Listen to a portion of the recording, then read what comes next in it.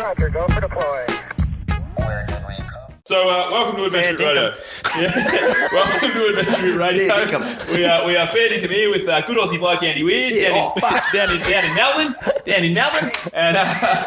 And basically, what we all sound like a bit weird. We're about to sing in bloody Tommy's tribute. I reckon it's going to be okay. It's going to be bloody ripping. And here we go, boys. All right, here we go, mate. Here we go, fellas. All right, I've put up a little number, and it goes a little something like this. All right, now in all seriousness, Mr. Weir, this is a tribute of Everybody Hurts. It's one of my favourite songs, and I want you to I've got this really good idea for a book, mate. And I want you to picture yourself on Mars, right? But everyone's left, but you're still on Mars. I call it the bus that couldn't slow down. All right, we're going to get into this one. Here we go. And...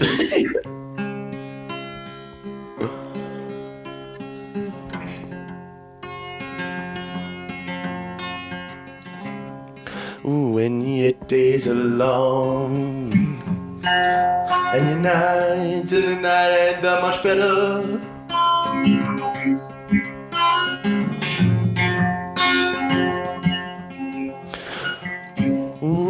When you're genuinely stuck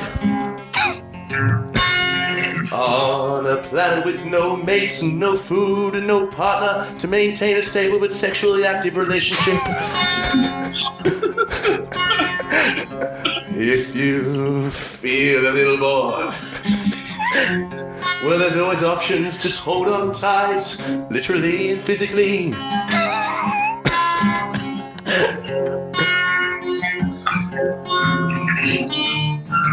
Well, don't let yourself fall in a heap, 'cause Andy will write a plot for you to be saved from Mars for an eternity. But everybody finds himself stuck on a planet once in a while. Sometimes. Welcome aboard, mate. Yeah. Oh, very nice. I like that. So for everybody at home, Andy's just got this light out on the iPhone, and he's got himself a, he's getting right in the song here. So I thought I'd essentially start the tune off here, morning. So good morning. Morning, classic. Andy, lovely. Welcome to the show. Welcome Thanks to the show. for having me. And as an author, we want to hear about your what did you think of that plot? Is it something that you would approve on? It's not too bad. I just don't think it'll fly. No, I don't think.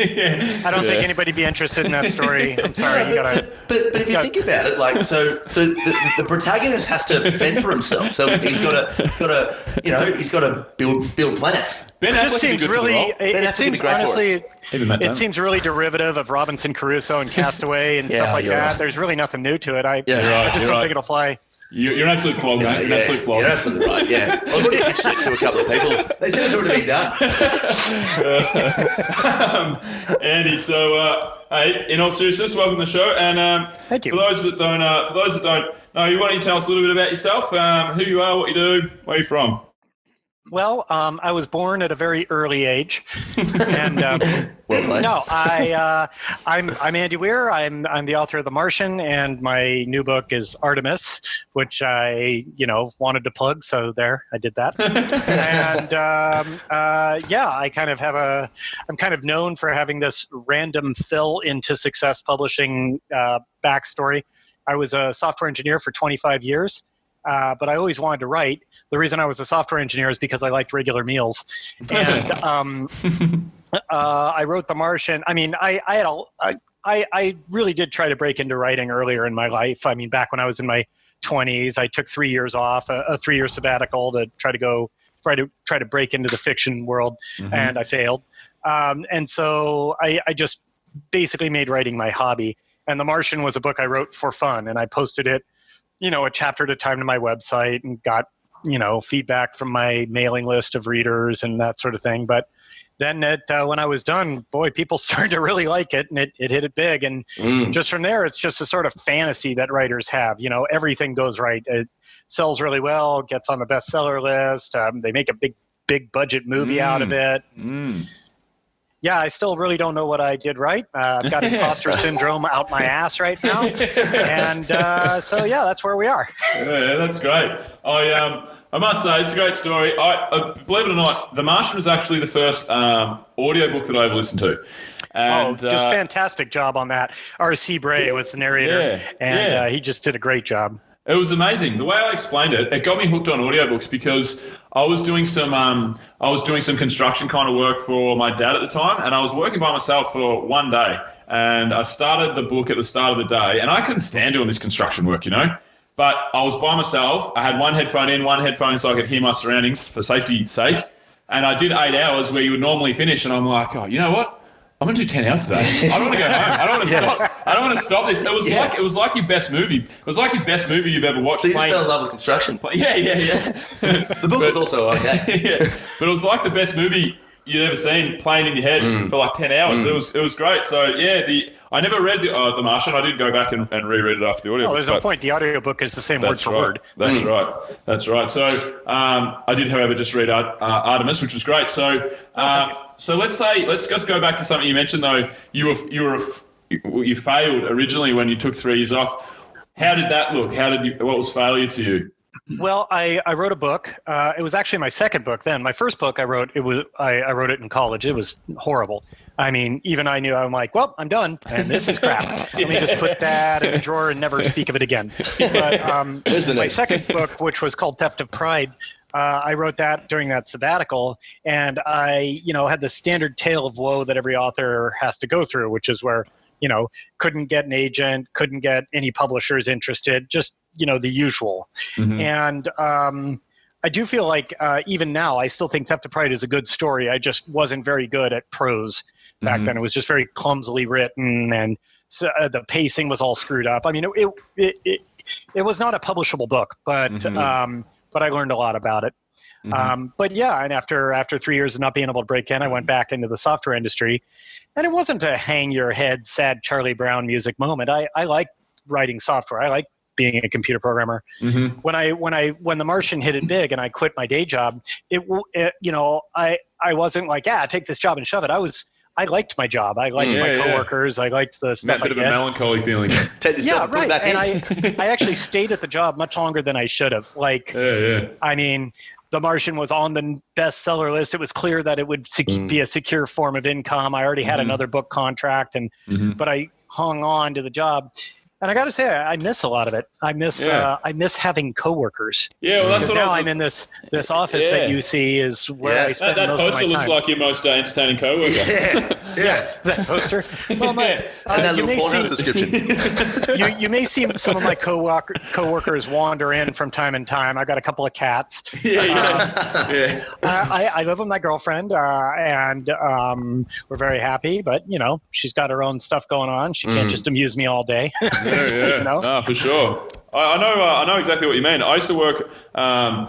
I'm an entrepreneur 3 years in or so, and I used to work from home, and it was a totally different scenario from where we're recording now is a co-working space in Melbourne, and it's great. Sorry, where are we working? Yeah, that's right. Melbourne. Melbourne. That's not enough. That's a spelling. Things I know about Melbourne. One, it's pronounced Melbourne. Yeah. Two, you hosted the Olympics in 1956. That's about all I got. Yeah. I didn't even know that. Big cricket grounds? Yeah, we got the biggest cricket ground. Yeah, and I think that's where American soldiers ended up bivouacking during World War II. We don't know. We're going to put a right check on that one. That's the look of just ignorance between me and you. No, I learned that by watching. I learned that by watching the Band of Brothers. Yeah. That's definitely what happened. Absolutely, I've seen that many times. Clear as day. Andy, so when you said you put it out to your blog, so did you already have a bit of The Martian? And I know the story of The Martian, obviously, gaining that traction, like you said, through your followers and through your readership. Now, what were you doing before that point? Were you writing short stories? Were you still crafting your, honing your craft and half a foot in there? I was always working on something. I mean, I posted a bunch of short stories, and also I was working on. I decided let me go back a few steps. I did a bunch of short stories. I also did some web comics. I had a web comic. One of them was called Casey and Andy, and another one was called Cheshire Crossing. And I mean, I'm a horrible artist. I am very, very bad. But it was an avenue for storytelling until I realized I really didn't enjoy doing the art either. And I'm like, why don't I just go back to just narrative fiction? Yeah. And so I did that. I had accumulated over 10 years of posting stuff. I'd accumulated about 3,000 regular readers. Gotcha. Wow. Which, well, it sounds impressive, but that took 10 years. There's about 3,000 days in 10 years. I mean, it's not that impressive. Tommy was just being nice, mate. Yeah. Let's be honest. Stand up for yourself, Poindexter. You're like, wow, that's great. Like, This is going right up on the refrigerator. Your mum would have been proud. Anyway, thanks for coming on the show, Arthur.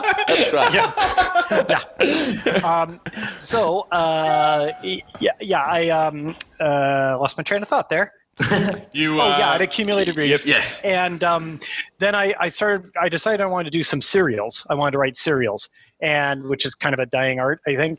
And so I'm like, I'll write some serials. So I wrote The Martian as a serial, and I was also working on 2 others. One of them was about aliens invading Earth, and the third one was about a mermaid in the 1850s. Right. And The Martian was really took off from there. Yeah. So what was the reaction when you posted that first chapter up onto your website? What were people saying? People, I mean, they didn't say much because I didn't have that many readers, right? Nobody'd heard of me or anything like that. So people were like, hey, this is cool. I like it. Yeah, that's nice. Was there any different to the other one? So, like, did you feel? I guess what I'm trying to say is, did you feel like you may have struck gold with The Martian? Not initially. I mean, I knew I enjoyed writing it, and the feedback from my small collection of readers was positive, and I was like, okay, well, I'm going to work on this for a while. But it wasn't like, yes, this is what will take me to stardom. I was just like, this is cool. Matt Damon, here I come. Yeah, come to me, Matt Damon. But over time, it when I was about like halfway through, when I'd posted like chapter 8 or 9 or so, at that point, I would get hundreds of emails every time I posted a new chapter. Wow. And the fans would be like, oh, I love this episode. Oh, this was really cool. And I'm like, okay, I'm getting really, really excited fan feedback. And also it was funny because friends of mine would like call or email and say, hey, when are you posting the next chapter? Wow. And stuff like that. And it wasn't just like the sort of like, I'm encouraging my friend's hobby. It was like, dude, what is the next chapter? So that really felt good. And so that helped motivate me to keep going. But I had no idea. Like the reason I posted it to Amazon Kindle at all was because I finished it, right?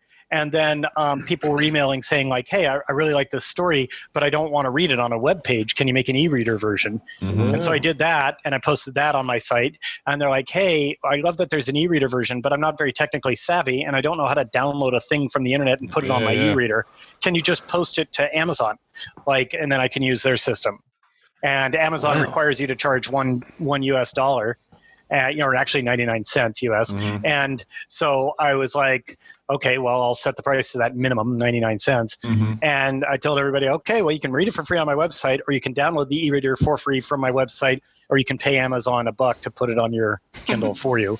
And people paid the $1 because they're paying $1 for the convenience of just going through the system. But that made it start to work up the list of Amazon's like top sellers. And then that gets more people aware of it, and it kind of snowballed from there. And so, sorry, Bill. You went through CreateSpace? Is that what it is on Amazon? No, I didn't use CreateSpace. I converted it to an EPUB myself, and then I just went through the web interface of Kindle Direct Publishing. Oh, right. Yep. And I'm really fascinated because I'm trying to get a little thing sort of like this on myself. It's actually about a guy who gets stuck on Mars. I told you that story won't fly. I know, but I'm just going to push forward with it. No one is going to be interested in that. I'm just going to push forward with it. Yeah, okay, keep going. But what was I going to say? Yeah, so you would write a chapter, you would edit it yourself a few times, and then post it up, or what? I guess what's the editing stage like for you? Well, I'd write the chapter and I'd do a few edit passes on it before posting it. Yeah, and so when I was done, I'm like, okay, I'm done.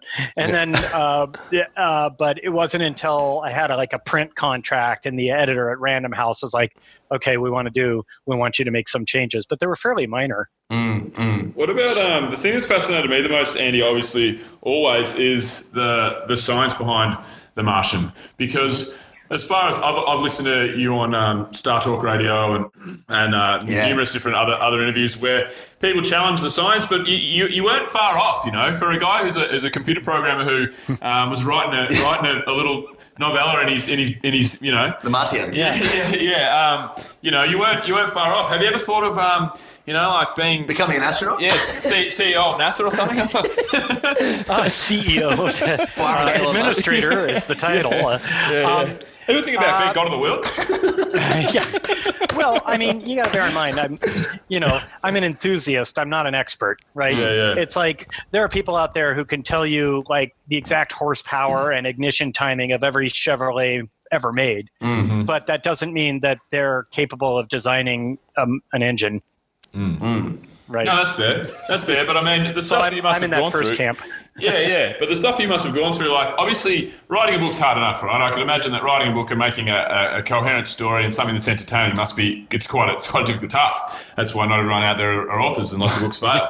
You actually got that part. But then how much time were you actually spending? Say you're in the writing process and you're writing a chapter, for example, and if it takes you a week to write that chapter, or 2 weeks to write that chapter, 3 weeks to write that chapter, how much time of that is on the actual storyline and the story arc and the character development? How much of it is on science and maths and knowing like, I've got to make this semi-plausible? I would say about half of it is about on research. Yeah. Although you got to bear in mind that's the part that I enjoyed. Yeah. that's where, I'm really interested in this stuff. So looking it up and solving problems and stuff like that is the fun part for me. The part that's not fun is like actually writing it and character interplay and characters at all. It's an entirely stuff. Yeah. It's you should have just wrote a big book of the periodic table. Yeah. Right on the elements up. Put that into a movie. Yeah, I don't know. And also, it was cool because the science kind of drove the plot. I would be like, oh, he's going to grow potatoes to stay alive. Okay, well, how much, what does he need to do that? He's got the potatoes that he can plant. What else does he need? This, that, and the other thing. And I found out, wow, he doesn't have nearly enough water. How's he going to get water? And that created this whole plot line that I wouldn't have thought of if I hadn't checked the math and realized he was going to need more water. So you almost reverse engineered from the plot that you wanted, and you've gone back and you've gone, okay, well, it needs water, which means it needs this, and this. That's great. I love that idea. Yeah, it was. It's basically just doing the math presented the obvious problems. It's like, well, now I got to. Yeah. Fascinating. So, Andy, let's tell us about the next book. The Martian was a huge success, obviously. How's the pressure of going from something like The Martian, where you had Matt Damon on a big screen movie and great reviews and so on and so forth, and then going to so the pressure of going from, there was obviously no pressure with The Martian, and then getting a book deal for Artemis, like what did that kind of feel like? What was the process? Yeah, well, that's right. Well, getting the book deal for Artemis was very easy. On the heels of The Martian, they're like, sure, write us whatever the hell you want. As for the pressure of following up The Martian, I've found that the southwest corner of my office is the best one for crumpling up and crying it. The lighting is just really good, which is when I prefer to do my crying. It was an enormous amount of pressure. It was huge, of course. I mean, like I said, I got imposter syndrome and stuff like that. I was talking to a writer friend of mine, and I'm like, oh my God, I've got this successful book out there, and I'm writing another one, and I'm like, I'm afraid that people are going to read this and go like, oh, I see. He had one good book in him. Yeah, and we've one read hit it. wonder. And that's it. Yeah, and we're done. And my friend said, yeah, that never goes away. Yeah. You'll be working on your 27th book and you'll still feel that way. So get comfortable with it. Yeah. Like, all right. But even still, I've always taken the half glass full approach with that one. Like if I wrote Like a half glass that is essentially so it's like a low ball glass and it's full. Just go to your crying corner, mate. Okay, yeah. I'll see you later, pal. No, but it's sort of like if I wrote a one-hit wonder song or something, I'd be fucking pumped. I'd be like, this is great. This is all I need to do now for the rest of my life. Yep, that's true. But then But then eventually someone's like, well, what's next? I don't know. I'm on YouTube now. You can either be Harper Lee or, where you just don't do anything. Yeah. Well, just go back and work at Margaret Subway. Mitchell, where you're like, I wrote a book. Fuck off. Yeah, exactly. Yeah. That's right. But But what I got,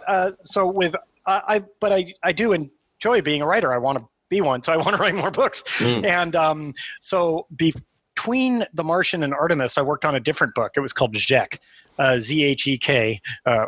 Z-H-E-K.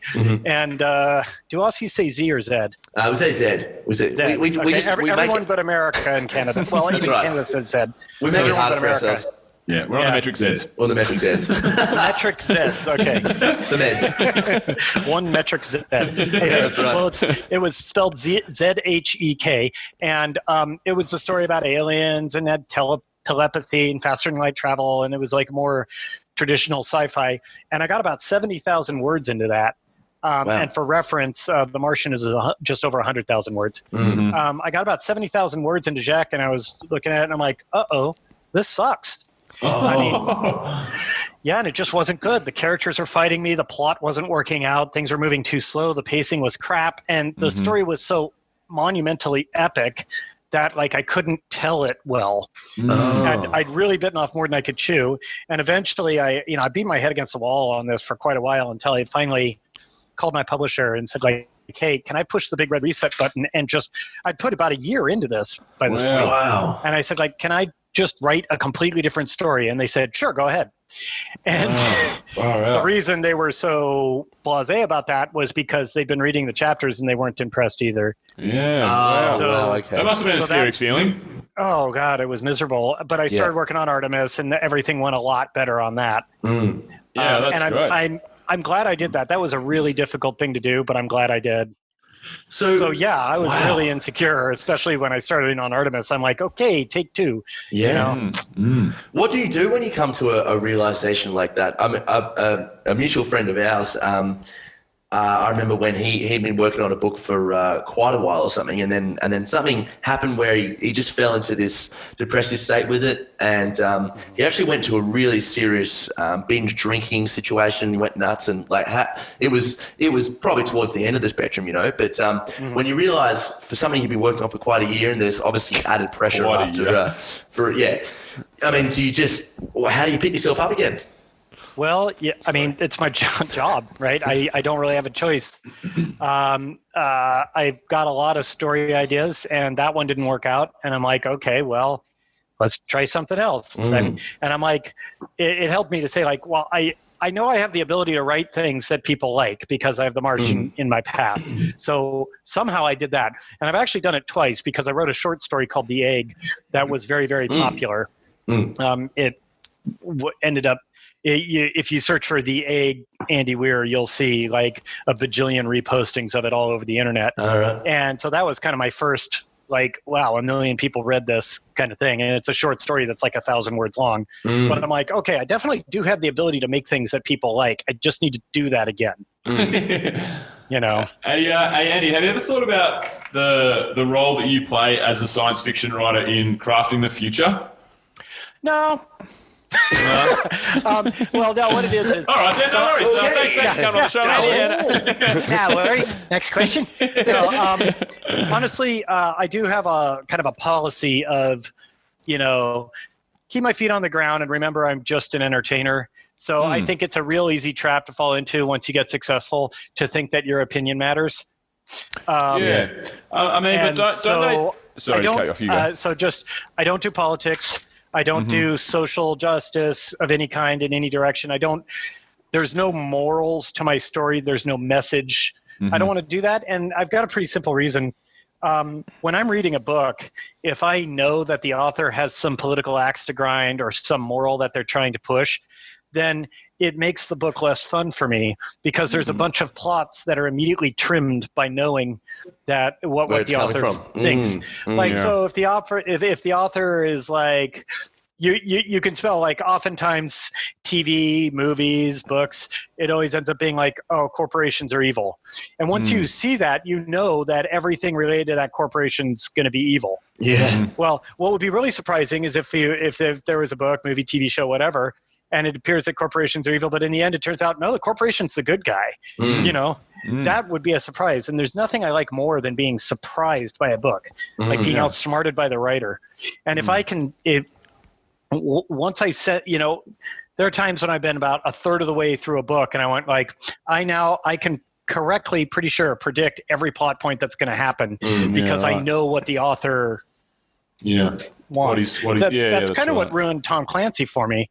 I really enjoyed kind of reading his books. They're kind of like fun, wartime military adventures and stuff like that. But then I realized he's got these political ideals. And then it's like, well, every story is going to validate, the universe of his books are going to validate his political ideals. And then I'm like, it doesn't even matter whether I agree or disagree with his political ideology. What matters is that now I can completely predict everything that's going to happen, and that makes the story boring. Makes it shit. Yeah. So I don't want people to have that feeling when they're reading my stuff. Yeah, that's good. I want them to go like, I don't fucking know. I'm gonna have to think the shit out of this plot. Right. Andy, so we know we've got to get you out of here at some point. We've got 6 questions to wrap it up at the end. I wanted to ask before we get to that. I want to know what's coming up in your future. What have you got another book that you're looking at after Artemis, having a bit of time off? What's next for Andy Weir? I've got it kind of narrowed down to 2 or 3 story ideas. The one I'm leaning to right now, though, is a sequel to Artemis. Oh, cool. That's cool. Very nice. Very nice. So that's kind of what I think I'm probably going to do. Although I do have a pretty cool idea for a story completely unrelated to Artemis. Or tell us all about it. Tell us. The Martian.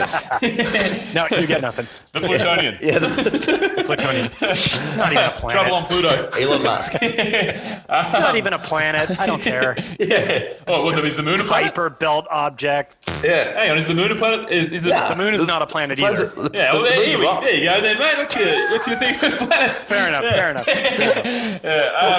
Yeah. Touche, sir. Touche. Fair dinkum. We've just been getting roasted in the past half an hour. Roasted. Great. It's very well deserved. Yeah, we're probably going to... I was going to say something stupid. We're probably going to play 2... There's probably going to be 2 Aussie bogan characters in like 1 page of his next book. Ripping these 2 idiots that interviewed once. I did in the original version of Artemis. I had an Aussie loan shark. Oh yeah. Nice one. Well, we should have 2 beard-headed idiots in the next one. The Artemis 2. Friction. Tim and Ben. Well, there is in Artemis. There's an Australian company mentioned. There's Queensland Glass. Yeah. That's pretty much us. If we became characters in your book, I would lose it. Yeah, That'd can be you the write us in coolest then? thing. Just get us in there, mate. Not too much of a favour to ask, but can you just write us in? And just plug us in there. It's like 12 I found lines that or it's something. best for characters in a book to be interesting in some way. Yeah. So, no. That's right.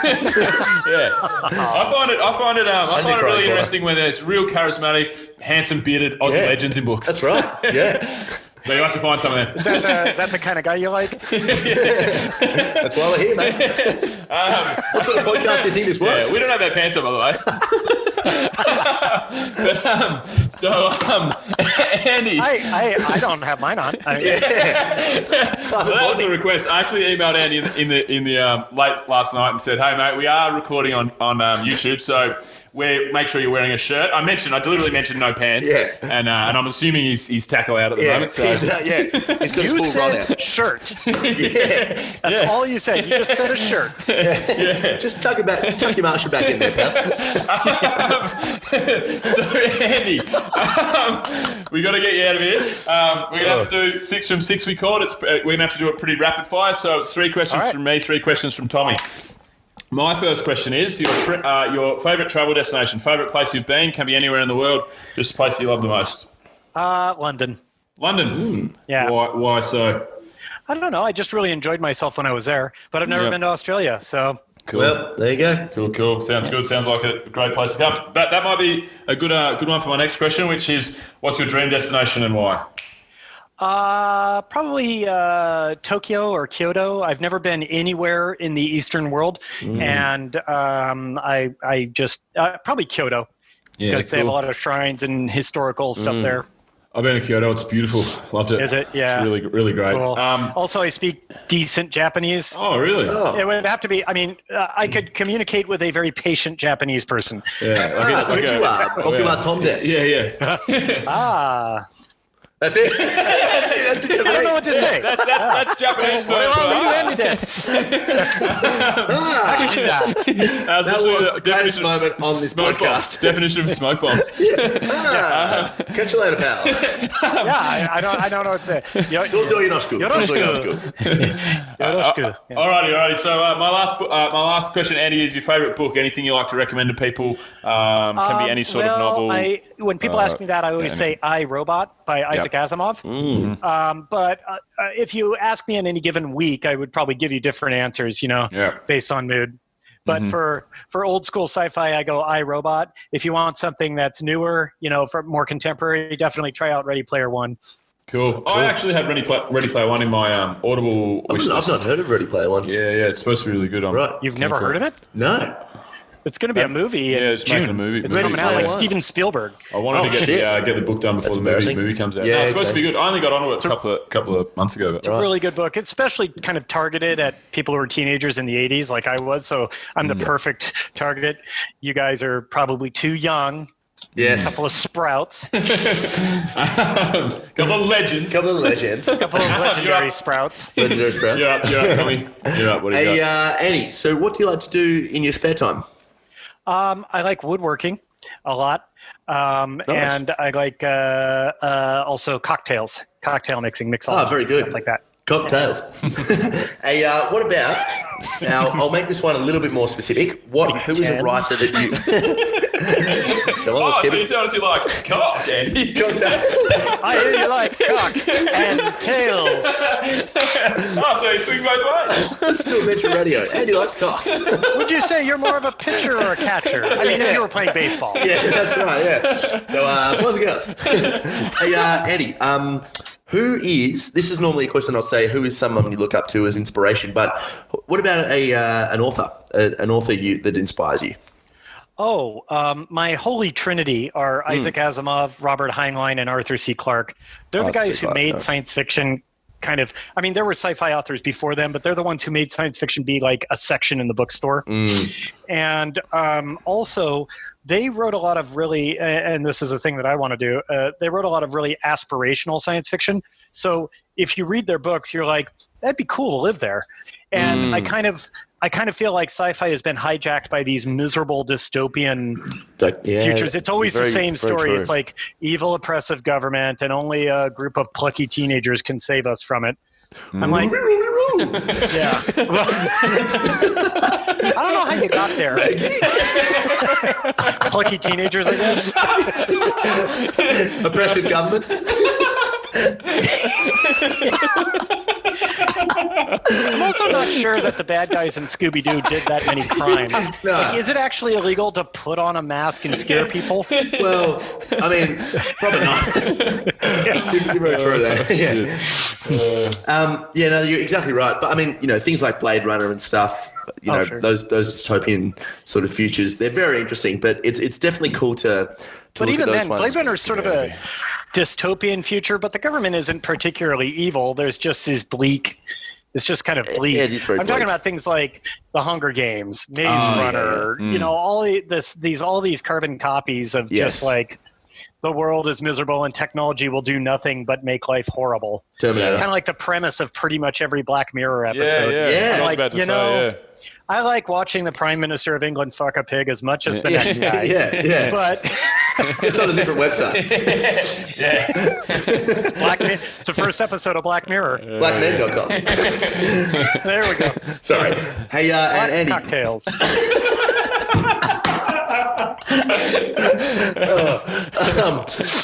Now, if you could invite 3 people to dinner, dead or alive, so they passed away or they're still currently alive, who would they be and why? I'd want to do Kepler, Johannes Kepler, who he figured out the laws of planetary motion, and I think it'd be cool to show him, hey, you were right, because it wasn't generally accepted yet by the time he died, and I'd like to say like, hey, look, you were dead ass right. Yeah. He'd be one. Another one would be Terry Pratchett. He's one of my favorite authors ever. I really like his style of writing. Right. He's dead now.